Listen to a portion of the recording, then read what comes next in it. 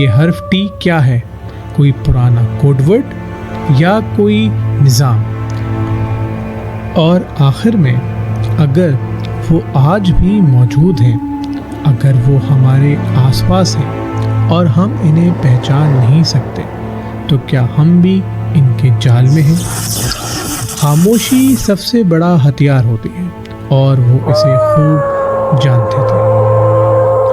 یہ سب کچھ صرف ایک آغاز ہے، کیونکہ یہ پہلی قسط، یہ کہانی ایک بڑی سیریز کا پہلا باب ہے۔